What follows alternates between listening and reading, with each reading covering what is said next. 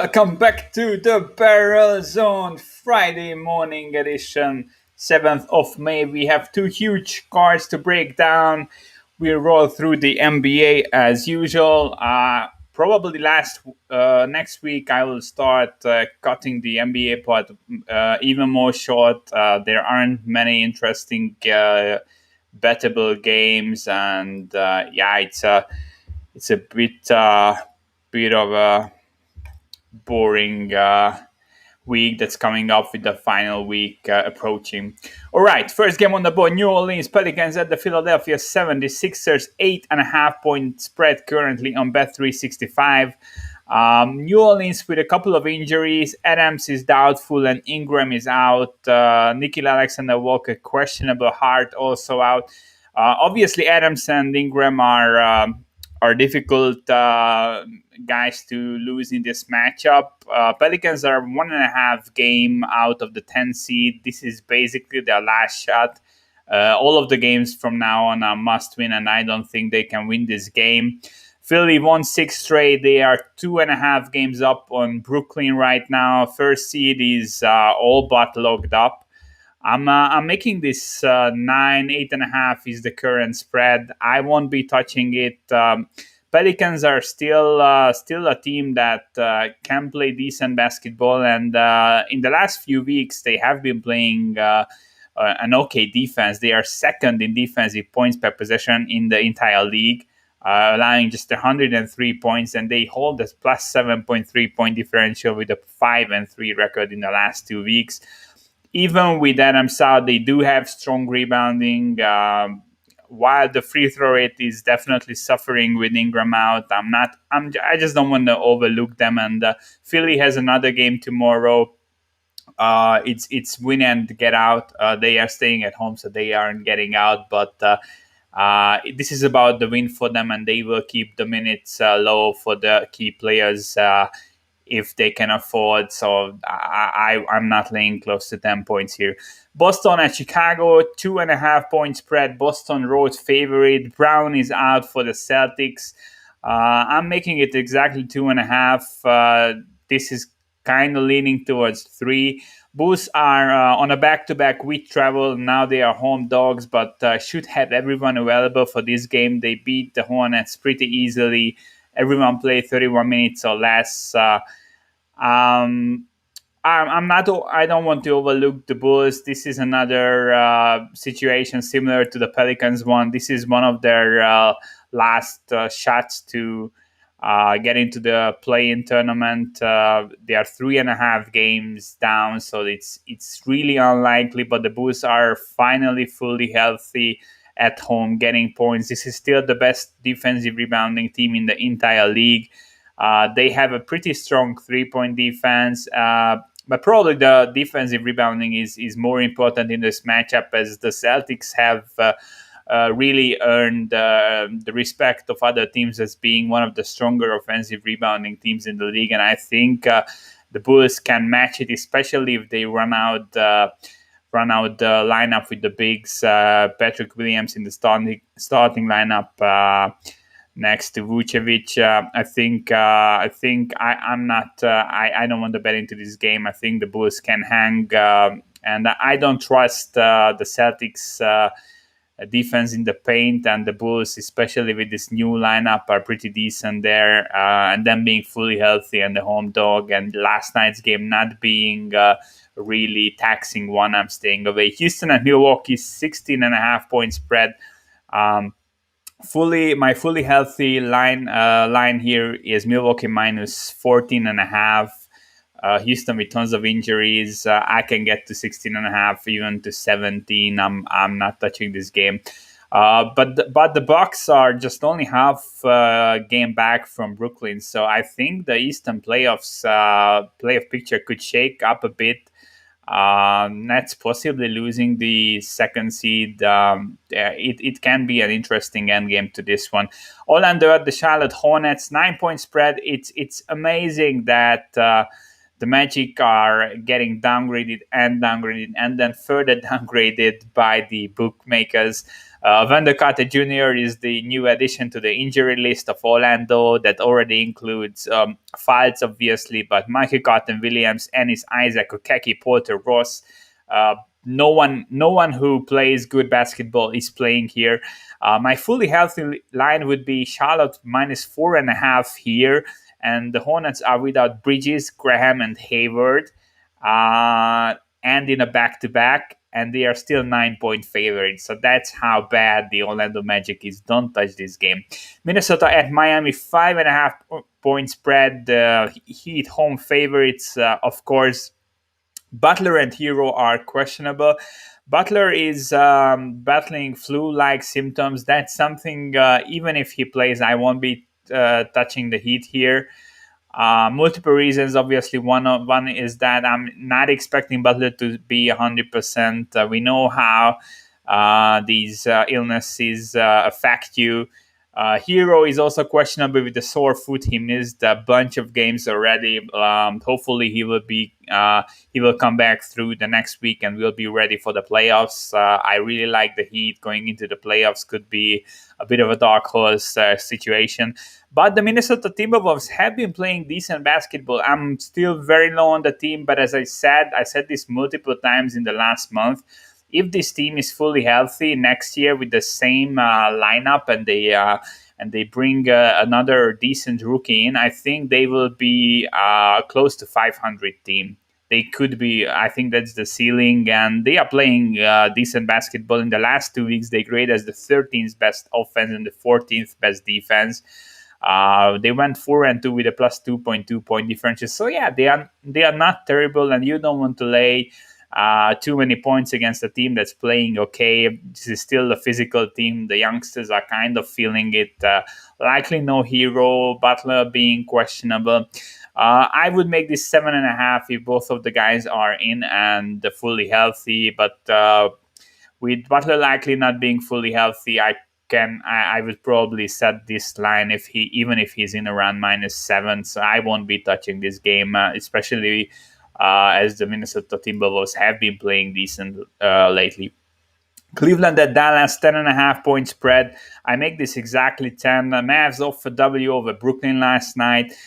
Tim Hardaway Jr. stepping it up big time since Porzingis went down. He has been clearly the second option for the team. He played 37 minutes last night. The Doncic played 36. Porzingis is doubtful for this game officially. I kind of never expected Dallas to be the team that steps up in the end, but they are peaking at the right time, 8-2 in the last 10 games. They are probably the strongest team in that Lakers, Blazers, Mavs bunch right there, and they are doing it with the least talent out of the three, in my opinion. I can respect that, but obviously good coaching plays a huge part in that, and they do have some experience there. Mavericks, third game in 4 nights, back-to-back. I make it 10, not going to get involved. Cleveland is tanking like crazy. Obviously, multiple injuries. Garland, Nance still out. This will be a fun team in a few years if they can keep the core together, but you shouldn't touch this game. And you shouldn't really touch the Denver-Utah game either. 2.5-point spread, Utah Jazz home favorites. I make this one 3, but I have tons of questions regarding both teams. Mitchell and Conley out for the Jazz. Denver without Murray, Morris, Barton, and Dozier. The Utah injuries are more serious. So if these were fully healthy teams, I would be setting this line around Jazz -4.5-ish. I'm around 3 right now. I think the 2.5 is okay. This is the first seed and the third seed in the West. Both have serious injuries. Both have been battling with these injuries for weeks. And both teams are still winning. They have positive records in the last 2 weeks. And this is still one of the 2 best defenses in the league. Both teams are top in rebounding. Utah has a super strong defense against mid-range jumpers, which is important against the Nuggets. But the Denver Nuggets do have a strong 3-point defense, which is important against the Jazz. I don't know what to expect really. I think both teams are playing well despite the injuries, but the wheels will fall off, in my opinion, in the playoffs if they don't get the pieces back. Jazz seems more likely to get their stuff together. From what I could gather, Conley is super close to returning, and we could see Mitchell by early next week. While obviously Murray won't come back for the Nuggets, but yeah, we will see. Leaning Jazz, no wager. I think the line is fair. New York Knicks at the Phoenix Suns, 6 point spread. I make it exactly 6 here, but I would lean towards the Knicks heavily.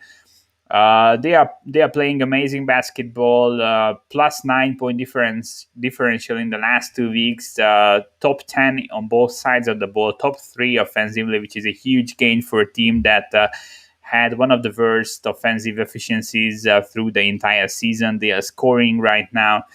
Phoenix defensively hasn't been that good lately, although they played some tough games, but they are in the bottom 5 of the league in points per possession allowed in the last 2 weeks, and they only have a plus 1 point differential, which is pretty bad for a team that's scoring like crazy. And we are used to seeing the Suns with like plus 6, 7, 8 point differentials rolling through the season.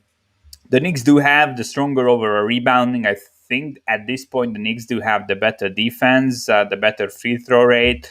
You just never know. I think the Knicks, obviously, I like them a lot. I want them to succeed, but I'm always afraid that the wheels just fall off. But I think this is a game that they could maybe even possibly win, but I'm expecting them to keep it close. So it's not a bet, not a lean, just a personal opinion. I think New York is the right side at 6. But I do have a stronger lean at the San Antonio Sacramento game. I think 3.5 is not enough, and the Spurs are likely going to end up on my card. This is really a super buy low spot in my opinion. So the Spurs lost 5 straight games, but the games came against the Heat, the Celtics, Philly, and they played Utah twice. Everyone is losing those games against those 5 teams. And before that, they lost an overtime game to the Wizards. The game against Miami was super close. They had OT losses to Boston and Philly as well. So they are playing close games against top teams. And still, I mean, the Spurs play just way better basketball than the Kings. They have the better turnover rate, better free throw rate. They're putting up the third most mid-range shots. Still in the top 10 in offensive efficiency, and the Kings defense is bottom 10 easily. Kings without Halliburton and Fox, I think those are huge injuries, and Barnes is questionable at best. If Barnes is out, 3.5 doesn't make any sense. I'm making this Spurs -1 with fully healthy squads, and Halliburton plus Fox is a big downgrade, and Barnes is also a huge part of the team. So yeah, Kings won 4 straight while missing many guys, but they beat up the worst teams in the league, and the Spurs really just lost close games to the best teams in the league, and I think they are way better than the Kings, and 3.5 is just off. So yeah, Spurs will go on my card. I think we will this 3.5 should stay around. We will see if it does, but I'm definitely betting San Antonio today. The Lakers at the Portland Blazers. Lakers really out of it. It's a huge mess. They lost to the Clippers last night. Schroeder still out. LeBron still out. THT still out. AD is now questionable officially. He said he plans to play Friday, but he looked terrible even before the injury last night, and he had to leave the game. He had basically like 1 good game since he came back, or 1.5. It's just a mess.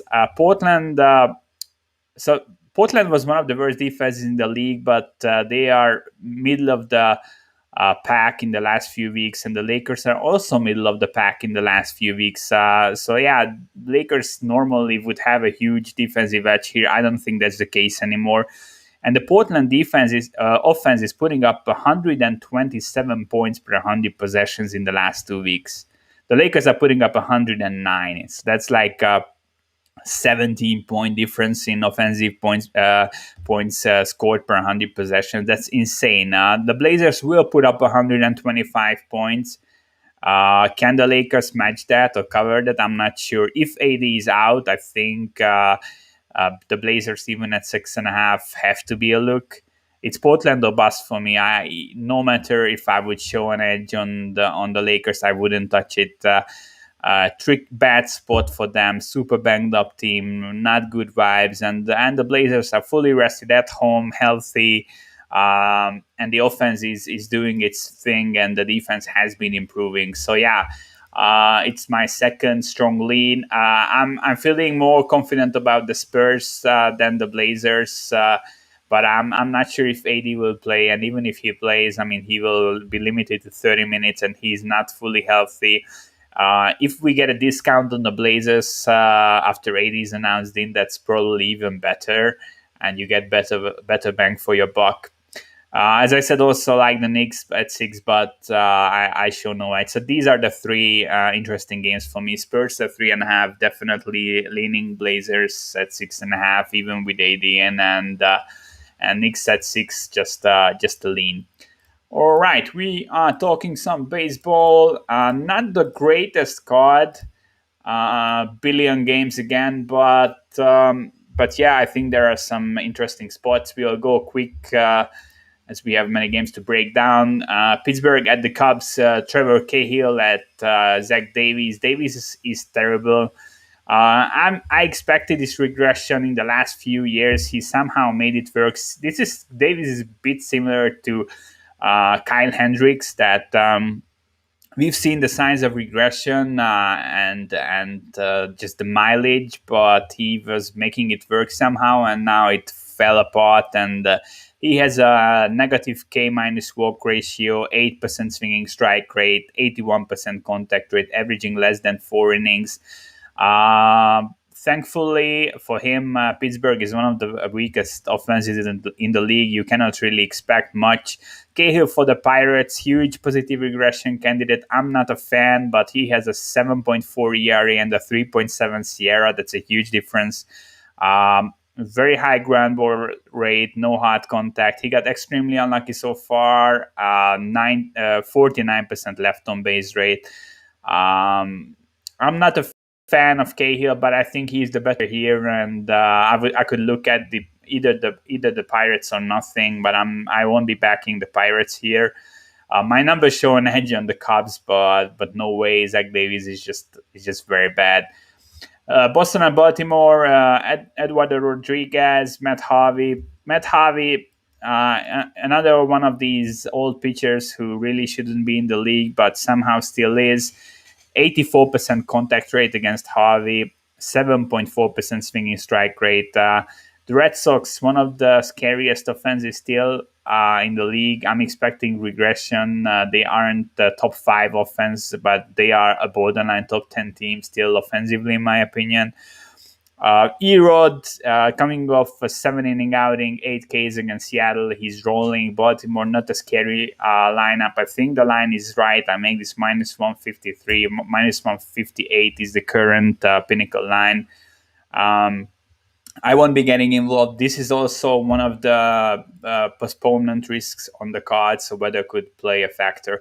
Washington at the New York Yankees, Corbin at Tyon. Tyon is a guy I'm extremely high on. 3.2 SIERA. He's a true top guy. Got unlucky in a few games, but missing tons of bats. Low hard contact. Doesn't poke anyone.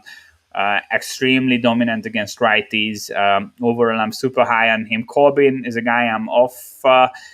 I will not be betting Corbin. He's coming off a nice start against Miami. His velocity was up a bit, but through the season, velocity has been up and down. His walk rate at almost 13%.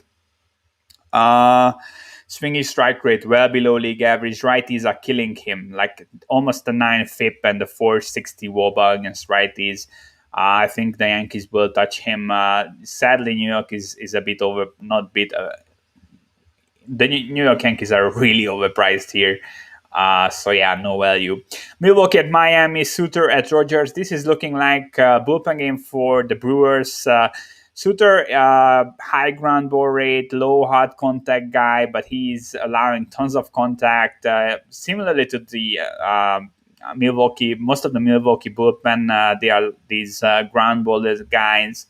Um, yeah, they are not giving up too much, but you can see it's a 6.5 total, and it's a bullpen game, so that tells you a lot about the qualities of the Miami offense. First and foremost, they are pretty bad. Trevor Rogers for the Marlins, similarly to Pablo, I think he's one of the better arms in the league. He has made some serious improvements. 16.5% swinging strike rate. Extremely strong against righties, okay against lefties. Brewers with still without Yelich. One important note that they have a 120 WRC plus Milwaukee against left-handed pitchers so far. It's a super low sample size, and they almost strike out at a 30% clip.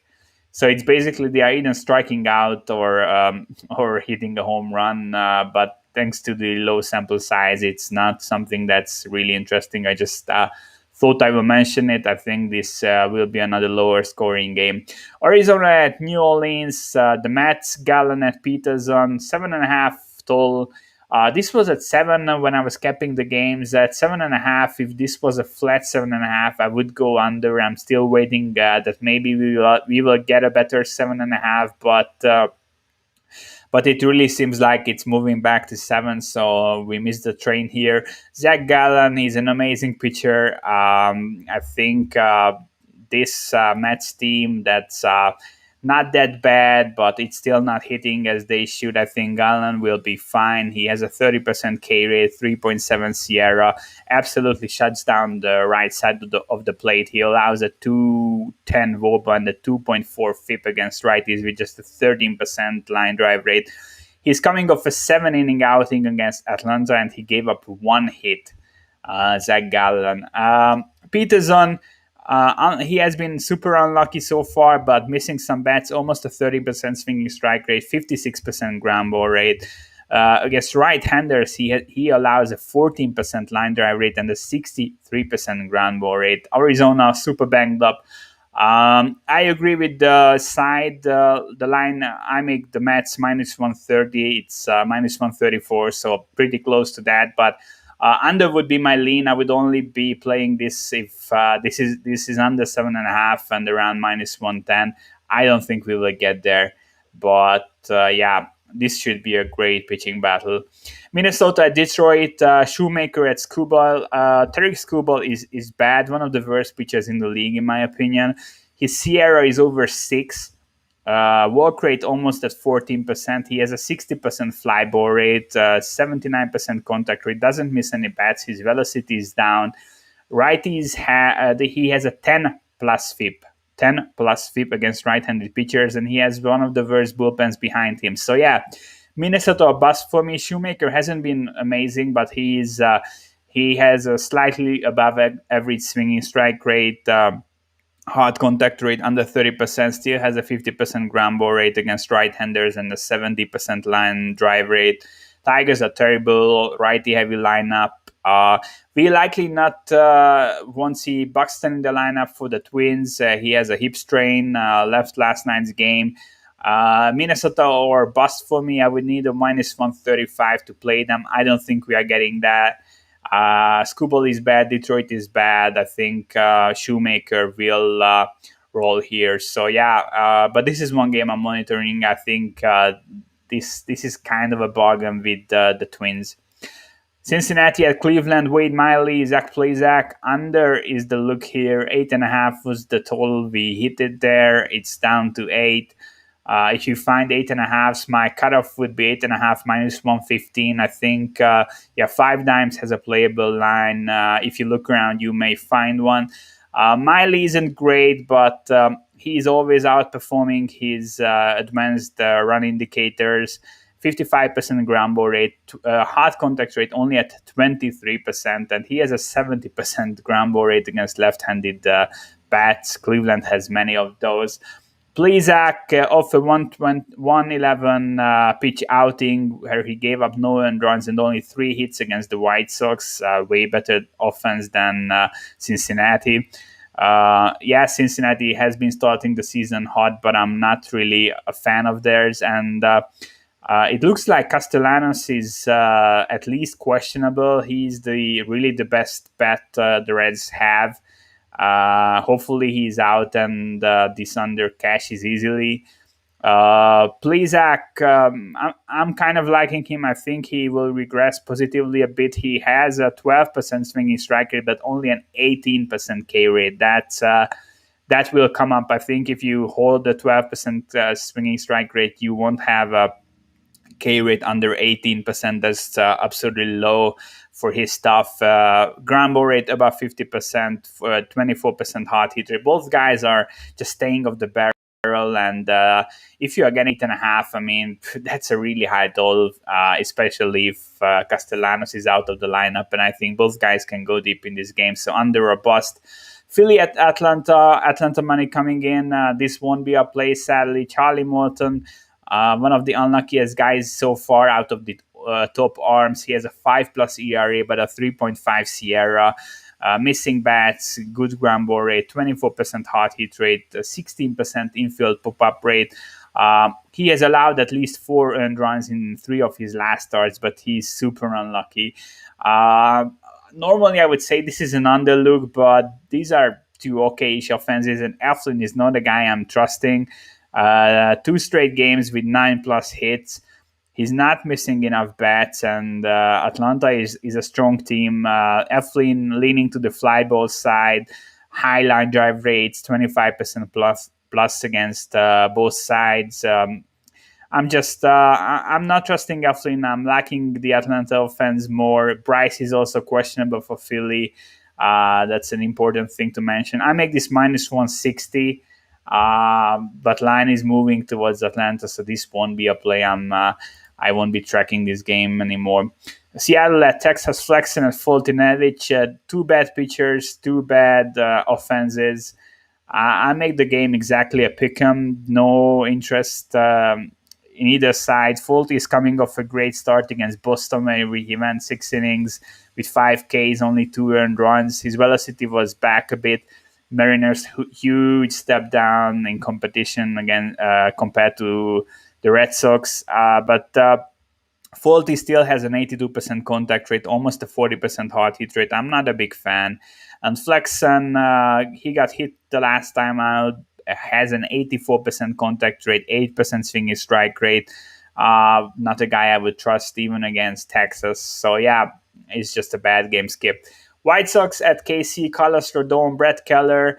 White Sox seriously overpriced here, but I understand why. They are the far better team. Rodon is amazing.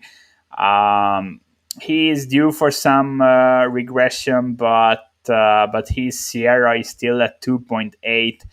Almost no hard contact, 17% swinging strike rate. Against both sides, he has a 2.7 FIP or better, and he allows a sub 200 wOBA against both sides, 54% contact rate. It's pretty amazing. White Sox, much better offense, much better bullpen. I'm fading the Royals, as I said multiple times. They have been really getting lucky in the early part of the season. Brett Keller had a great last outing against Detroit, but walk rate above 10%. He has a 2+ whip, swinging strike rate below league average, contact rate 82%, line drive rate 33% against lefties, 24% against righties. He has a 400 plus wOBA against both sides. I think the White Sox roll here. Toronto at Houston, Ross Stripling, Urquidy. I still don't know how to spell this guy's name. I should get that sorted out. So yeah, Jose, I make this one minus 125, and that minus 125 I would back the Astros. That's the personal lean. Line is not good enough, but Stripling is the more risky of these 2 pitchers. Jays don't have Springer. They are on the road. Urquidy, only a 5.8% walk rate. 28% hard hit rate, 20% infield pop-up rate, line drive rates super low against both sides. He is not missing as many bats as I would like from my pitcher normally, but I think he's still fine. His contact metrics are great otherwise, so he knows how to induce soft contact. Stripling 7.8% swinging strike rate, 83.5% contact rate. He's averaging only 4 innings so far. Lives and dies by limiting hard contact, and Houston knows how to hit the ball hard. So I'm heavily leaning towards Houston here. Better team, better starting pitching. Line is kind of right, but if this comes down a bit, but I don't see why it would, I will be on Houston. Colorado at the Cardinals, Gomber at Flaherty, minus 200 is the line. I make this minus 199, so we are not going to bother with this. Flaherty not as dominant as he was in the past, but he will still roll here, and Austin Gomber is just bad. LA Dodgers at the LA Angels, Urias at Canning. This is one of the games we played. Also, we played the under 9 here. Total has moved down to 8.5. This one I would still play at 8.5. I think that the Cleveland game at 8.5 minus 115. That's my cutoff. I wouldn't play that at 8, the under, but here we played the 9, but even at 8.5, this is an underlook for me. Urias has made great improvements. I really like the guy. He has a 3.0 Sierra, 14% swinging strike rate, the walk rate at only 4%, 29% hard hit rate, contact rate below 75%. Against both sides, he has a 3 FIP or lower and a 250 WOBA or lower, averaging almost 6.5 innings per game started. Two okay bullpens. Angels without Rendon, of course, that's important. Canning is, I think this is kind of a buy low on him if you bet this under. He has a 6+ ERA, but a 3.4 Sierra. A swinging strike rate at 18%, 22% hard contact, 63% contact rate. So super low contact rate, super low hard contact rate, missing tons of bats. He was getting just super unlucky so far. Almost a 30% home run to fly ball ratio and a 65% left on base rate. That's not sustainable. Positive regression is coming. And this is his best hard contact rate so far through his entire career. I think he will be fine. He's missing enough bats and inducing tons of soft contact. This is a great stadium for pitching. Yes, the Dodgers are a difficult team to face, but I think he will be fine. Tampa Bay at Oakland, Rich Hill at Sean Manaea. Oakland is my lean. I would need the minus 125 to play. Current line minus 136. So just not enough value. Rich Hill has been pitching okay, but he's a lefty facing Oakland. Oakland with a 200 plus ISO on the 121 WRC plus against lefties. Hill left his last start. He had side effects of the COVID vaccine. He's 41 years old. Has been pitching nice so far, but I'm not a fan long term.